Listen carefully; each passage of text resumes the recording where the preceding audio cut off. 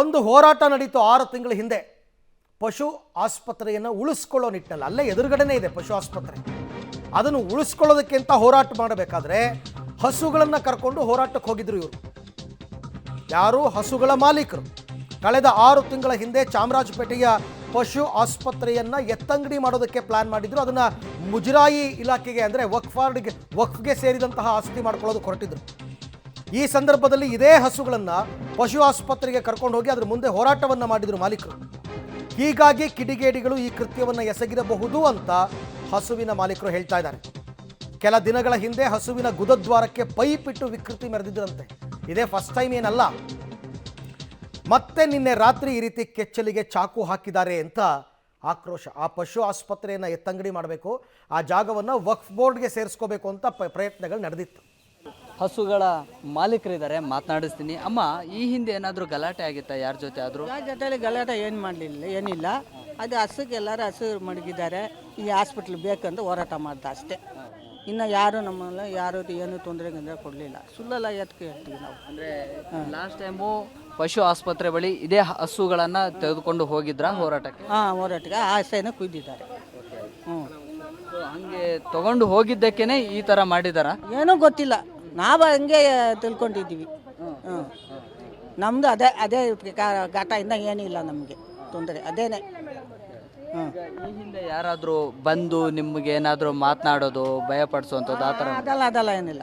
ಅದೆಲ್ಲ ನಮ್ಮ ಮಕ್ಕಳು ಯಾರ ಜೊತೆಗೂ ಹೋಗಲ್ಲ. ಅವನ ಪಾಡು 40 ವರ್ಷ ಅಂತ ಇದೆ. ನಮ್ಮ ಅತ್ತೆ ಮಾವ ಈಗ ಇದೇ ಹಾಲಿನ ಕೆಲಸ. ನಾವು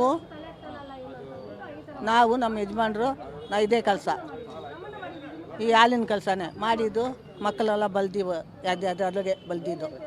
ಇದೇನೇ ಜೀವನ ನಮಗೆ. ಇವಾಗ ನಮ್ಮ ಮಗನ ಮಡಗಿದ್ದಾನೆ ನೋಡಿ ಕರ್ನಾಗೆ. ಅವನಿಗೆ 2 ಹೆಣ್ಣು ಮಕ್ಕಳು 2 ಗಂಡು ಮಕ್ಕಳು. ಅದೇ ಅಮ್ಮ, ಈಗ ಹಸುಗಳನ್ನ ಹೋರಾಟಕ್ಕೆ ಕರ್ಕೊಂಡು ಹೋಗಿದ್ದೆ ಈ ಘಟನೆ ಆಯ್ತು ಅಂತ ಹೇಳ್ತೀರಾ? ಏನು ಅದೇ ಹಂಗೆ ನಮ್ದು ಅದೇನೇ ಪ್ರಶ್ನೆ, ಇನ್ನೂ ಏನಿಲ್ಲ. ನಮ್ಗೆ ದುಶ್ಮನ್ ಅದೇ, ಇನ್ನೂ ಏನಿಲ್ಲ. ಅದೇ ಕರ್ಕೊಂಡು ಹೋಗಿದ್ದೆ ದುಶ್ಮನ್. ನಮಗೆ ಯಾರು ದುಶ್ಮನ್ ಇಲ್ಲ, ಯಾರ ಹತ್ರ ನಮ್ಮ ಮಕ್ಕಳು ಹೋಗಲ್ಲ. ಎಷ್ಟು ತಿಂಗಳಾಯ್ತಮ್ಮ ಈ ಹೋರಾಟಕ್ಕೆ? 6 ತಿಂಗಳಾಯ್ತು. 6 ತಿಂಗಳ ಮೇಲೆ. 6 ತಿಂಗಳಿಂದ ಯಾವುದು ಕೂಡ ನಿಮ್ಮ ಮನೆ ಮುಂದೆ ಬರುವಂಥದ್ದು, ಎದುರಿಸುವಂಥದ್ದು ಯಾವುದು ಆಗಿಲ್ಲ? ಏನು ಫೋನ್ ಗಿನ್ ಮಾಡಿ ಹಿಂಗೆಲ್ಲ ಮಾಡಿದೆ ಹಂಗೆಲ್ಲ ಅದೆಲ್ಲ ಏನು ಹೇಳಲಿಲ್ಲ. ಇದು ಮಾಡಿದ್ದಾರೆ ಅಷ್ಟೇ. ನಾನು 70 ವಯಸ್ಸಾಯಿತು. ನಾನು 15 ವಯಸ್ಸಿಗೆ ಮದುವೆ ಮಾಡ್ಕೊಂಡು ಬಂದು ಈ ಹಸು ಹಿಡಿದು. ಹೋರಾಟ ಏನಕ್ಕೆ ಮಾಡಲಿಕ್ಕೆ ಹೋಗಿದ್ರಿ? ಇದು ಹಸು ಹಾಸ್ಪಿಟ್ಲ್ ಇಲ್ವಾ, ಅದು ಏನೋ ಹಸು ಹಾಸ್ಪಿಟ್ಲ್ ಎತ್ತು ಅಂದರು. ಇದು ಎತ್ತು ಬಿಟ್ಟರೆ ಇಲ್ಲಿ ಹಸುಗೆಲ್ಲ ಏನು ತೊಂದರೆ ಬಂದರೆ ಎಲ್ಲಿ ಹೋಗೋದು, ಹೆಬ್ಬಾಳಕ್ಕೆ ಹೋಗೋಕ್ಕಾಗತ್ತೆ ಆಗಲ್ಲ. ಅದಕ್ಕೆ ಇಲ್ಲಿಂದ ಹಿಂಗೆ ಕರ್ಕೊಂಡು ಬಂದುಬಿಡ್ತಾರೆ. ಸುತ್ತಿ ಹಸ ಆಯ್ತು ಅಂತ ಕೇಳಿದ್ರು ಅಷ್ಟೇ. ಇದೇ ಹಸುಗಳನ್ನು ನೀವು ಕರ್ಕೊಂಡು ಹೋಗಿದ್ದು. ಇದು ಮಾಡೋಕ್ಕೆ ಏನು ಮಾಡೋದು, ಏನೇನೋ ಬಂದರೆ ಹಿಂಗಿನ ಕರ್ಕೊಂಡು ಹೋಗೋಣ. ಅದೇನೆ ಅದು ಅದು ಸುಮ್ಮನೆ ಕೊಟ್ಟಿರೋದು. ಅದು ಹಸುಗೇನೆ ಇದು ಕಾಲದಲ್ಲಿ ಇದೇ ಹಸುಗಳ ಮೂಲಕ ನಿಮ್ಮ ಜೀವನ ಸಾಕ್ತೀವಿ. ಅದೇ, ಇನ್ನೂ ಏನಿಲ್ಲ ನಮಗೆ. ಅದೇನೇ ಸಾಕು. ಹಸುವಿಗೆ ಇನ್ನೊಂದು 2 ತಿಂಗಳಲ್ಲಿ ಹೆರಿಗೆ ಆಗಬೇಕಾಗಿ. ಹೌದು,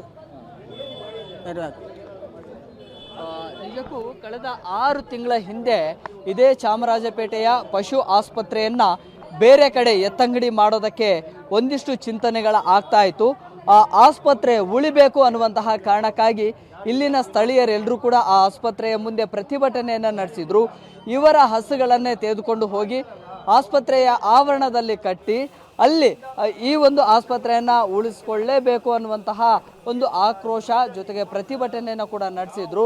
ಸೊ ಈ ಒಂದು ಪ್ರತಿಭಟನೆ ಮಾಡಿರುವಂತಹ ಕಾರಣಕ್ಕಾಗಿಯೇ ಇವತ್ತು ಈ ಕೃತ್ಯ ಎಸಗಿರಬಹುದು ಅನ್ನುವಂತಹ ಅನುಮಾನಗಳನ್ನು ವ್ಯಕ್ತಪಡಿಸ್ತಾ ಇದ್ದಾರೆ. ಕ್ಯಾಮ್ರಾ ಪರ್ಸನ್ ರಾಜು ಜೊತೆ Prakash D Rampur, public TV, Bengaluru.